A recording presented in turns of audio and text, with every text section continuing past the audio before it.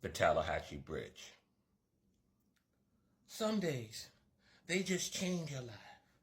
Forever there was then, and we can only live in the after. I have lived my life with a sorrow that came to me on the 3rd of June yesteryear. I had been away at school and I had gotten into town just in time for dinner. I was sitting with my folks having summer fixings when I remember Pa almost laughing as Ma said it. Billy Joe McAllister done did murder on herself today. And so my world ended where I thought it had began. That summer before, I was walking home, last day of school and all, crossing the tally like I've done a few thousand times before. It's a bridge that serves its purpose, but nobody put no love into her making. But every once in a while, God sees fit to shine a little extra light down on her, like the day I first met Billy Joe. She was throwing rose petals into the water, fat from the last of the spring rains. They say this bridge is cursed, she said to me. Nobody knows why, just a thing that is. You can feel it, can't you? This bridge is alive. It's becoming part of us the longer we stand on it. And we start to want what it wants. And what does a bridge want, I wondered? A bridge wants to be in the water, to be part of life, not just standing above it all the time. Our eyes turn down to the swelled rapids calling us to belong. And so I throw the flowers in to let them join the river to break the spell. I had never paid no mind to Billy Joe before. She was a few years older than me. She helped my brother find a frog to put down my dress one time, but when her pa got sick, she took the farm and lost her time for fun things.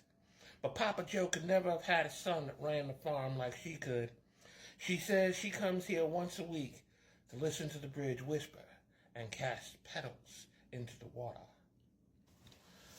This became our special time that summer, a moment she could be free of the world and her thoughts could go where no woman should sometimes.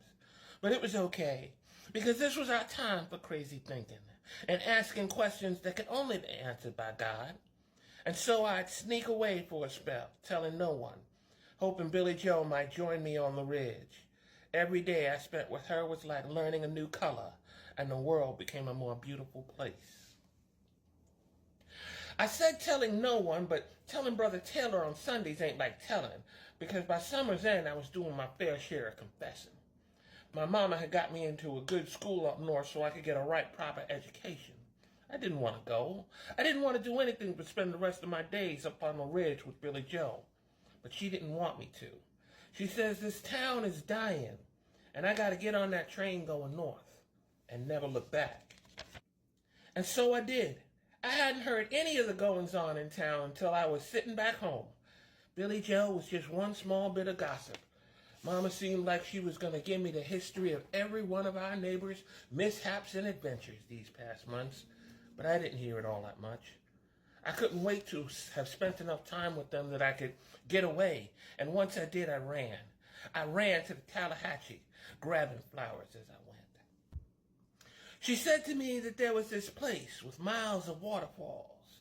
She said the falls of Iguazu was the most beautiful place on earth, but I was the most beautiful thing walking.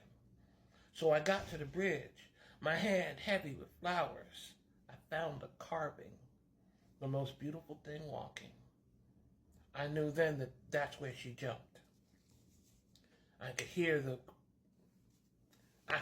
bridge whispering to me now. But I cast down the flowers into the water instead.